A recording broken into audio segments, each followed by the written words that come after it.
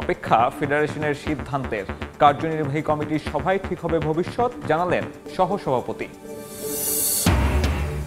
মোহাম্মদপুরের কলোনি মাঠ নিয়ে ৯-৬ উত্তর সিটির দখল করে বানানো হয়েছে ডাম্পিং স্টেশন, ফিরিয়ে দেওয়ার আকুতি স্থানীয়দের, সমাধানের আশ্বাস উপদেষ্টার। অ্যান্টিগাইকার টাইগারদের প্রস্তুতি ম্যাচ সিরিজ শুরুর আগে টিম কম্বিনেশন ঠিক করার লক্ষ্য সিমন্স বাহিনীর। জেসন হোল্ডারকে বাদ দিয়ে স্বাগতিকদের দল ঘোষণা।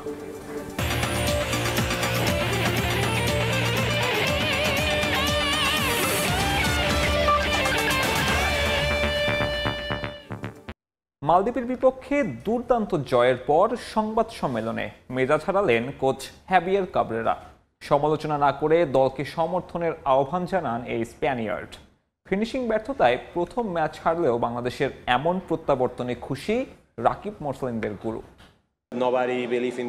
প্রথম ম্যাচে আমরা যে মনোভাব নিয়ে খেলতে নেমেছিলাম, আমি মনে করি দ্বিতীয় ম্যাচেও আমাদের মনোভাবে খুব বেশি পার্থক্য ছিল না। কেউ বিশ্বাস করেনি দল জিতবে। প্রথম ম্যাচের পর তারা সমালোচনা করেছিল, কিন্তু আমাদের বিশ্বাস ছিল দল জিতবে। আপনারা শুধু এই দলটাকে সমালোচনা করতে চান, যেটা পুরোপুরি অন্যায়। সমালোচনা না করে দলকে সমর্থন করুন, এই দলের ভালো খেলার সক্ষমতা রয়েছে। এদিকে চলতি বছর ডিসেম্বরে কাবরেরার চুক্তি শেষ হতে যাচ্ছে। কোচের ভবিষ্যৎ নিয়ে বেশ কিছুদিন ধরেই গুঞ্জন বাংলাদেশে এই ম্যাচের মধ্য দিয়েই শেষ হতে পারে তার অধ্যায়। তবে বাফুফে সভাপতির সঙ্গে আলোচনায় বসবেন বলে জানান হাভিয়ের কাবরেরা। নতুন সভাপতির সঙ্গে বিষয়গুলো নিয়ে কথা বলতে হবে। তাদের হয়তো অনেক ভালো পরিকল্পনা আছে। আমার ভবিষ্যৎ নিয়ে এখনই আপনাদেরকে বেশি কিছু বলতে পারছি না। মালদ্বীপের বিপক্ষে এক ম্যাচ হারায় র্যাঙ্কিংয়ে উন্নতির আশা দেখছেন না coach Javier Cabrera. Tajin Khandakar, Somoy Sangbad, Dhaka. মালদ্বীপের বিপক্ষে জিতলেও বছর জুড়ে বাংলাদেশ দলের কোচ হ্যাভিয়ের কাবরেরার পারফরমেন্স ছিল হতাশাজনক। কাবরেরার ভবিষ্যৎ নিয়ে তাই দ্বিধাদ্বন্দ্বে বাফুফে। ফেডারেশনের কার্যনির্বাহী কমিটির পরবর্তী সভায় তার বিষয়ে চূড়ান্ত সিদ্ধান্ত নেওয়া হবে, জানিয়েছেন সহসভাপতি ফাহাদ করিম। নতুন বছরে ফিফা উইন্ডোতে বাংলাদেশ নারী ও পুরুষ ফুটবল দলের জন্য শক্তিশালী প্রতিপক্ষের সঙ্গে ম্যাচ আয়োজনের পরিকল্পনা বাফুফের। ফিফা সভাপতি জিয়ান্নি ইনফ্যান্তিনোর সফরে জাঁকজমকপূর্ণ আয়োজনের পরিকল্পনার কথাও জানিয়েছেন ফাহাদ। বাংলাদেশ মালদ্বীপ ম্যাচের আগেই বাতাসে গুঞ্জন ছড়িয়ে পড়ে চাকরি হারাচ্ছেন কোচ হাভিয়ের কাবরেরা। তবে ম্যাচের পর উল্টে গেল পাশার দান। পুরো বছরে এই প্রথম চেনা ছন্দে পাওয়া যায় লাল সবুজকে। বছর জুড়ে ৮ ম্যাচ খেলে বাংলাদেশ জয় পায় মাত্র ২টিতে। সেপ্টেম্বরে ভুটানের মাটিতে ১-০ গোলে জয়ের পর বছরের শেষ দিকে এসে মালদ্বীপের বিপক্ষে সঙ্গী হলো স্মরণীয় জয়। তবে জিতলেও বছর জুড়ে কাবরেরার পারফরমেন্সে সন্তুষ্ট নয় বাফুফে। তার চাকরি নিয়ে দ্বিধাদ্বন্দ্বে ফেডারেশন। বাফুফের পরবর্তী সভায় এ বিষয়ে আসবে চূড়ান্ত সিদ্ধান্ত। জয়টা খুবই স্বস্তির, বাট আমি যদি আবার ওভারঅল পারফরমেন্স দেখি লাস্ট অনেকগুলি খেলার, সেক্ষেত্রে তো আমাদের ওভারঅল পারফরমেন্স কিন্তু অত স্যাটিসফ্যাক্টরি না। তো আমাদের national teams committee, technical committee এবং ডেভেলপমেন্ট কমিটির সিদ্ধান্ত, ওনারা সবাই এই সপ্তাহে বসবেন এবং হোপফুলি শীঘ্রই একটা সিদ্ধান্ত জানতে পারবো। দাপুটে জয়ের পর নতুন বছরে পুরুষ ফুটবলারদের পাশাপাশি নারী ফুটবল নিয়েও পরিকল্পনা সাজাচ্ছে ফেডারেশন। ফিফা উইন্ডোতে শক্তিশালী প্রতিপক্ষের সঙ্গে ম্যাচ আয়োজনের পরিকল্পনার কথা জানালেন সহসভাপতি ফাহাদ করিম। অবশ্যই আমরা আমাদের থেকে বেটার টিমের সাথে খেলতে যাব, সো দ্যাট ওই পারফরমেন্সে আমাদের র্যাঙ্কিং এফেক্ট হয়, টিমের প্রিপারেশন এফেক্ট হয়। সো ডেফিনেটলি আমরা চেষ্টা করব উইন্ডো লিগে ভালো প্রতিপক্ষের সাথে খেলে প্রপার ইউটিলাইজ করার জন্য। ফিফা সভাপতি জিয়ান্নি ইনফ্যান্তিনোর সফর স্মরণীয় করে রাখতে জাঁকজমকপূর্ণ আয়োজন করতে চায় ফেডারেশন। তার কাছ থেকে বড় প্রাপ্তির আশাও করছে ফুটবলের অভিভাবক সংস্থাটি।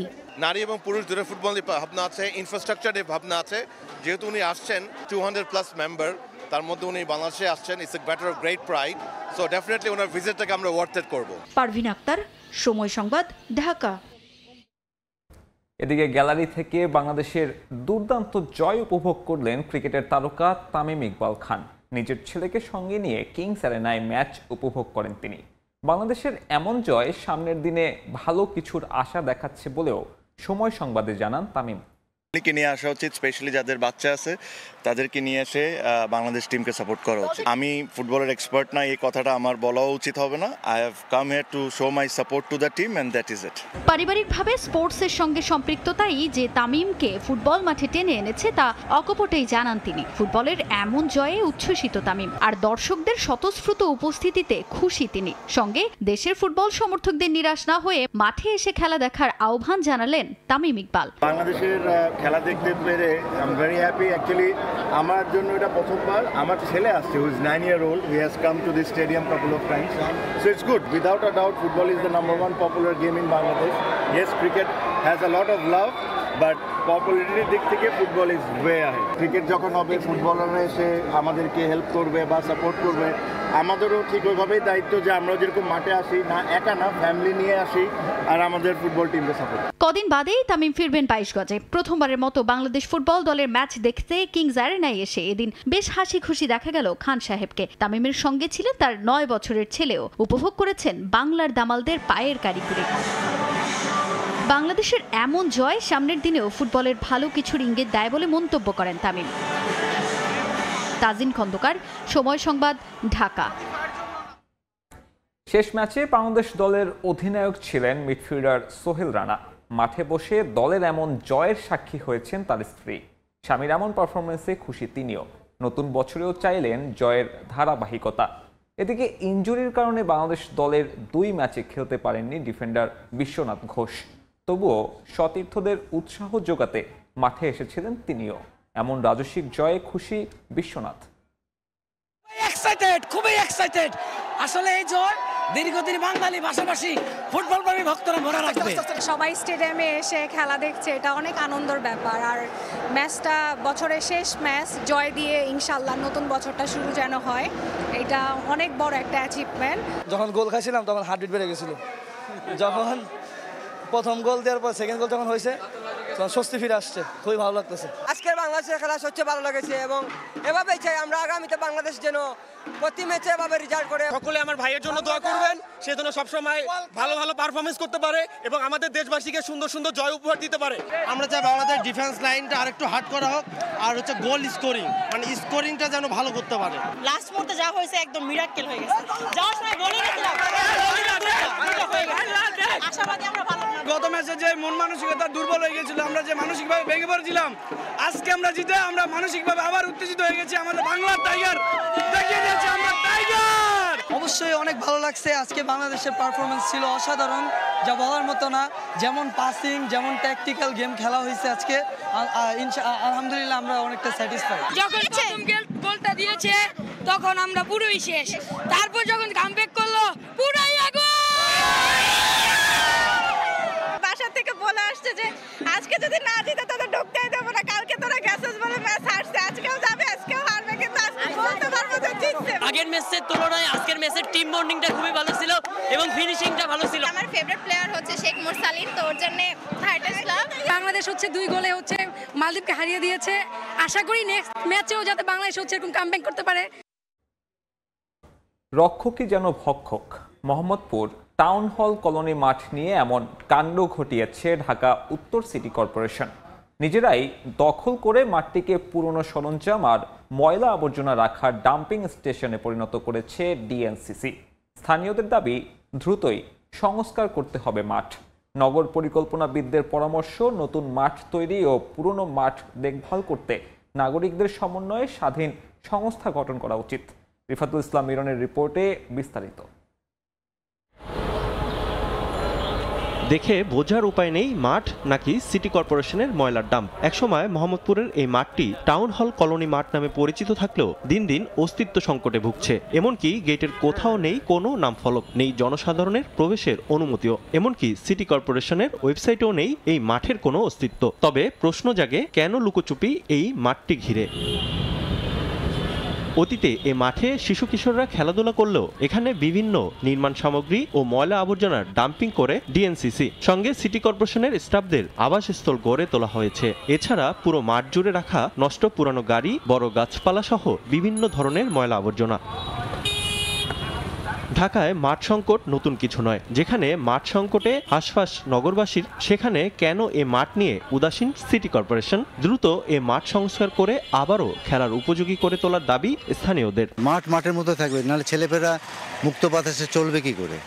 ওদের জন্য ওরকম একটা পরিবেশ তো আমার দিতে হবে। এখানে অনেক সিটি কর্পোরেশনের জিনিসপাতি রাখতো, যার কারণে আমরা খেলতে পারতাম না। এইখানে যদি আমাদের জন্য একটু খেলার যদি ব্যবস্থা করা হতো, তাহলে এইখানে আমাদের বাসার কাছে খেলতে একটু সুবিধা হতো। খেলাধুলার জন্য এখানে যেতে হবে না, রাস্তায় খেলতে হবে না, মানুষের আর ভোগান্তি পোষাতে হবে না। এখানে আমরা মাঠ হলে আমরা খুব সহজভাবেই খেলতে পারবো। এই ক্যাম্পের পোলাবান, ওই ক্যাম্পের মাছ বাজার আমরা সবাই টুর্নামেন্ট খেলতাম এখানে। নগর পরিকল্পনাবিদদের মতে আয়তনের তুলনায় ঢাকায় এখনো অনেক মাঠের প্রয়োজন। সেখানে সিটি কর্পোরেশনের মাঠ দখল করার ঘটনায় বিস্মিত তারাও। খেলার মাঠকে অন্য কোনো ব্যবহার, সেই ব্যবহারটা অবৈধ। শুধু খেলার মাঠ নিয়ে কাজ করার জন্য স্থানীয়দের সম্পৃক্ত স্বাধীন সংস্থা গঠনের পরামর্শ এই পরিকল্পনাবিদের। নতুন একটা অথরিটি দরকার যারা সারা বাংলাদেশে শুধু মাঠ পার্ক নিয়ে কাজ করবে। বিশ্বে অনেক দেশেই আছে এবং সেই অথরিটিগুলো শুধুমাত্র ব্যুরোক্রেসি না, সেই অথরিটিগুলো জনগণের একটা অথরিটি দরকার, যেখানে বিভিন্ন এলাকার জনপ্রতিনিধিরাই এই অথরিটির সাথে সম্পৃক্ত থাকবে। ডিএনসিসি বলছে দ্রুতই সংস্কার করা হবে টাউন হল কলোনি মাঠের। খেলার মাঠ হিসাবেই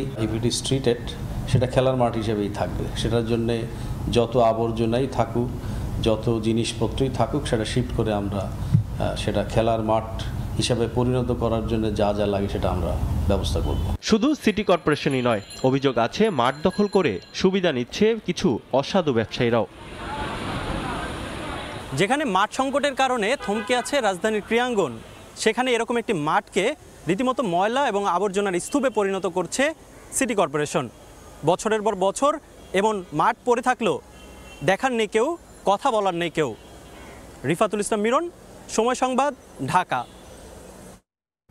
এদিকে ঢাকার মধ্যে দখল হয়ে যাওয়া মাঠ দ্রুততম সময়ের মধ্যে উদ্ধার করে খেলার উপযোগী করে তোলার প্রতিশ্রুতি দিয়েছেন যুব ক্রীড়া উপদেষ্টা আসিফ মাহমুদ সজীব ভূঁইয়া। পাশাপাশি সারা দেশের জেলা স্টেডিয়ামগুলো জুলাই গণ অভ্যুত্থানে শহীদদের নামে নামকরণের কথাও জানান তিনি। এই ছবিটা একই সঙ্গে স্বস্তির এবং আক্ষেপের। টাইগাররা যখন ব্যস্ত ক্যারিবিয়ান সিরিজের প্রস্তুতিতে, তখন সাকিবের ব্যস্ততা আসন্ন ফ্র্যাঞ্চাইজি টুর্নামেন্ট টি10-এর জন্য। টেস্ট এবং টি20-কে গুড বাই বলা মিস্টার 75-এর আন্তর্জাতিক ভবিষ্যৎ নিয়ে মুখে কুলুপ এঁটেছে বিসিবি। ওয়েস্ট ইন্ডিজের বিপক্ষে ওয়ানডে সিরিজে সাকিব থাকবেন কিনা, কিংবা চ্যাম্পিয়ন্স ট্রফিতে তার ভবিষ্যৎ কি, এসব উত্তর দেওয়ার যেন কেউ নেই। সরকারের বিরাগভাজন হওয়ায় এই ইস্যুতে অন্তর্বর্তীকালীন সরকারও কি ভাবছে আসছে সেই আলোচনা। তবে যুব ও ক্রীড়া উপদেষ্টা বল ঠেলে দিলেন বিসিবির কোর্টে। যখন সর্বশেষ খেলা নিয়ে মিরপুরে একটা পরিস্থিতি তৈরি হলো, তখন আমি আমার সেই পরামর্শ দিয়েছি, আপনারা জানেন, এবং ক্রিকেট বোর্ড সেই অনুযায়ী ব্যবস্থা নিয়েছে। সামনের দিকে ক্রিকেট বোর্ড অটোনমাসলি এই সিদ্ধান্তগুলো নিবে অবশ্যই। সেক্ষেত্রে আমার যে কোনো পরামর্শ যদি ওই সময়ের প্রেক্ষিতে দেওয়ার মতো থাকে, আমি তাদেরকে সেটা জানাবো। সাকিব ইস্যু পাশ কাটিয়ে আসলো ঢাকার অপ্রতুল মাঠ প্রসঙ্গ। ইট পাথরের নগরে সময়ের সঙ্গে পাল্লা দিয়ে সংকুচিত হচ্ছে খেলার জায়গা। মেগাসিটিতে হাতে গোনা যে কয়েকটা মাঠ, তার অধিকাংশই ক্ষমতার হাতে আবদ্ধ ছিল দীর্ঘ সময়। তবে সেই দৌরত্ব আর শেকল ভাঙতে চায় যুব ও ক্রীড়া মন্ত্রণালয়। এই ইস্যুতে সরকারের অবস্থান স্পষ্ট। সিটি কর্পোরেশনের মাধ্যমে এই মাঠগুলো আমরা পুনরুদ্ধার করব যেগুলো দখল হয়ে গেছে, এবং বাকি মাঠগুলোকেও যথাযথ সংস্কারের মাধ্যমে খেলাধুলার উপযোগী করে গড়ে তুলব। শুধু স্টেডিয়াম না, স্টেডিয়ামে তো একদম অ্যাডভান্স লেভেলের খেলাধুলাটা হয়, কিন্তু আমাদের খেলোয়াড়রা তো উঠে আছে এই ছোট ছোট মাঠ থেকেই। তো এগুলো আমাদের একটা প্রায়োরিটির অংশ থাকবে। সঙ্গে বিশেষ চাহিদা সম্পন্নদের জন্য ঢাকায় বাড়ানো হচ্ছে মাঠের সংখ্যা, যার প্রথমটা উন্মুক্ত করা হলো সংসদ ভবনের পাশে। নামকরণ করা হয়েছে জুলাই বিপ্লবের শহীদ ফারহান ফাইয়াজের নামে। সেই সঙ্গে পর্যায়ক্রমে জেলা স্টেডিয়ামগুলো গণ অভ্যুত্থানের শহীদদের নামে নামকরণের পরিকল্পনা অন্তর্বর্তীকালীন সরকারের। আমাদের প্রায় 220টির অধিক উপজেলা স্টেডিয়াম হবে। আমরা একটা নীতিগত সিদ্ধান্ত নিয়েছি, প্রত্যেকটি স্টেডিয়ামের নামই সেই উপজেলার আমাদের যারা শহীদ আছেন তাদের নামে নামকরণ করা হবে। তবে এর আগেও অনেক প্রতিশ্রুতি মিলেছে পূর্বের সরকারের পক্ষ থেকে, কিন্তু বাস্তবতায় বিস্তর ফারাক। এবার কি বদলাবে সেই চিত্র? প্রশ্নটা তোলাই রইল। মাহবুব রিমন, সময় সংবাদ, ঢাকা। জাতীয় দলের ওয়েস্ট ইন্ডিজ সফরের খবর। ক্যারিবীয় দ্বীপপুঞ্জে 2 ম্যাচের টেস্ট সিরিজ শুরুর আগে একমাত্র প্রস্তুতি ম্যাচে মাঠে নামতে যাচ্ছে বাংলাদেশ। অ্যান্টিগার পুলিশ ক্রিকেট গ্রাউন্ডে ওয়েস্ট ইন্ডিজ নির্বাচিত একাদশের বিপক্ষে খেলা শুরু হবে বাংলাদেশ সময় রাত 8টায়। সূচি অনুযায়ী 4 দিনের ম্যাচ হলেও তা কমিয়ে আনা হয়েছে অর্ধেকে। মূলত হুট করে মাঝপথে আয়োজন করা আফগানিস্তান সিরিজের কারণে সংক্ষিপ্ত করা হয় প্রস্তুতি ম্যাচের ব্যাপ্তি। তবে কন্ডিশন ও একাদশ বাছাইয়ের জন্য 2 দিনের এই প্রস্তুতি ম্যাচের গুরুত্ব অনেক সফররতদের। একদিকে নিয়মিত অধিনায়ক না থাকায় নাম্বার 3 ব্যাটার বাছাই, পাশাপাশি চোটে ছিটকে যাওয়া মুশফিকের বিকল্প খুঁজে নিতে হবে এই ওয়ার্ম আপ ম্যাচে। শান্তর অনুপস্থিতিতে বাংলাদেশের অধিনায়কত্ব করবেন সহ অধিনায়ক মেহেদী হাসান মিরাজ।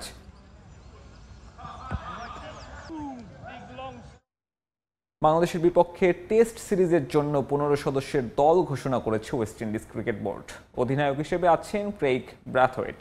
চোটের কারণে নেই অভিজ্ঞ জেসন হোল্ডার, রাখা হয়নি স্পিনার গুদাকেশ মতিকেও। দলে ফিরেছেন কেভিন সিনক্লেয়ার ও আলজারি জোসেফ। টেস্ট দলের অন্য সদস্যরা হলেন Joshua Da Silva, Alick Athanaze, Kacy Carty, Justin Greaves, Kavem Hodge, Tevin Imlach, Shamar Joseph, Alzarri Joseph, Mikyle Louis, Anderson Phillip, Kemar Roach, Jayden Seales, Kevin Sinclair, Jomel Warrican. 2 ম্যাচের test series শুরু হবে আগামী 22 November থেকে। দ্বিতীয় test 30 November. ক্যারিবিয়ানদের বিপক্ষে series খেলতে এরই মধ্যে ওয়েস্ট ইন্ডিজ পৌঁছেছে বাংলাদেশ দল। ক্যারিবিয়ানরা সবশেষ টেস্ট সিরিজ খেলেছে গেল আগস্টে দক্ষিণ আফ্রিকার বিপক্ষে। প্রোটিয়াদের বিপক্ষে 1-0 সিরিজ হেরেছিল ওয়েস্ট ইন্ডিজ। গ্লোবাল সুপার লিগে ইতিবাচক পারফর্ম করে শুধু নিজ ফ্রাঞ্চাইজি নয়, ক্যারিবিয়ানেও বাংলাদেশকে তুলে ধরতে চায় রংপুর রাইডার্স। তাই পাচ্ছে বিসিবির সমর্থনও। আনুষ্ঠানিক সংবাদ সম্মেলনে রাইডার্স অধিনায়ক নুরুল হাসান সোহান বলেন, এই টুর্নামেন্ট পাইপলাইনের ক্রিকেটারদের জন্য জাতীয় দলে ফেরার বড় মঞ্চ। এদিকে গ্লোবাল সুপার লিগ আর আসন্ন বিপিএল এর জন্য পাকিস্তানি ক্রিকেটার খুশদিল শাহকে দলে ফিরিয়েছে রংপুর। হোম অফ ক্রিকেটের একাডেমি মাঠের লাল সবুজের জার্সিতে রংপুরের অনুশীলন। বিপিএল এর আগেই গ্লোবাল সুপার লিগের ব্যস্ততা, যার জন্য সিরিয়াস রাইডার্স। তবে হঠাৎ পাওয়া সুযোগ হলেও হেলায় হারানো নয়। ক্যারিবিয়ানের রংপুরই যে বাংলাদেশের একমাত্র প্রতিনিধি। গোটা দেশে সমর্থন যেমন পাচ্ছে রাইডার্স, তেমনি বিসিবির পক্ষ থেকেও পাচ্ছে সব ধরনের সহযোগিতা। রংপুর রাইডার্স শুধু যে রংপুর রাইডার্সকে রিপ্রেজেন্ট করছে তা নয়, কিন্তু তারা বাংলাদেশ ক্রিকেট বোর্ডকে কিংবা তার চেয়ে বড় যদি বলি বাংলাদেশকে রিপ্রেজেন্ট করছে এই টুর্নামেন্টে। সো আমি নিশ্চয়ই আশা করব যে তারা তাদের সেরা খেলাটা খেলার চেষ্টা করবে, সেখানে আমাদের ভাবমূর্তি আরও উজ্জ্বল করবে, আমাদের খেলোয়াড়রা ওখানে একটা ভালো অভিজ্ঞতা অর্জন করে ফিরে আসবে। গ্লোবাল সুপার লিগে রংপুরের শক্তি স্পিন ইউনিট। ব্যাটসম্যানরাও দিতে চান সামর্থ্যের প্রতিদান। আফিফ হোসেন, নুরুল হাসান, সাইফুদ্দিনরা পারফর্ম করে নজর কাটতে চান নির্বাচকদের। স্পিনিং সাইডটা আমার কাছে মনে হয় অনেক এক্সপিরিয়েন্স, তো হোপফুলি আমার কাছে মনে হয় যে ভালো একটা খেলা আমরা ওখানে উপহার দিতে পারবো। আমাদের প্লেয়ারদের জন্য অনেক বড় অপরচুনিটি এরকম বড় প্ল্যাটফর্মে পারফর্ম করা।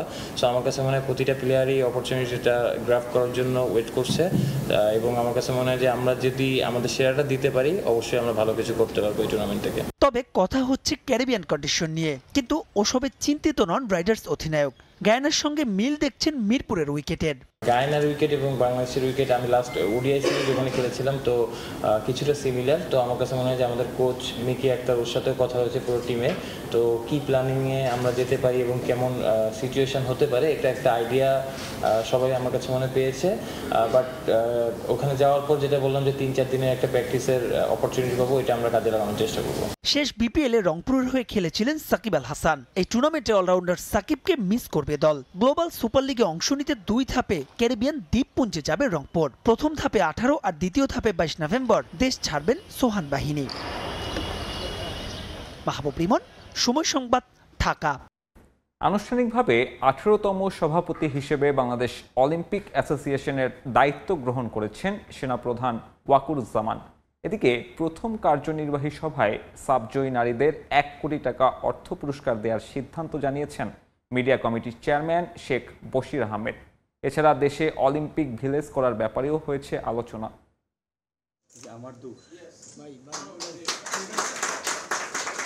আনুষ্ঠানিকভাবে 18তম সভাপতি হিসেবে বাংলাদেশ অলিম্পিক অ্যাসোসিয়েশনের দায়িত্ব বুঝে নিয়েছেন সেনাপ্রধান ওয়াকারুজ্জামান। এদিন প্রথমবারের মতো করেছেন কার্যনির্বাহী সভা। দায়িত্ব নিয়েই দিয়েছেন সার্ভ জয়ী নারীদের বড় সংবর্ধনা দেওয়ার ঘোষণা। সার্ভ এতে যে মহিলা ফুটবল টিম যে তারা চ্যাম্পিয়ন হয়েছে, তাদেরকে আমরা একটা সম্বর্ধনা দিব।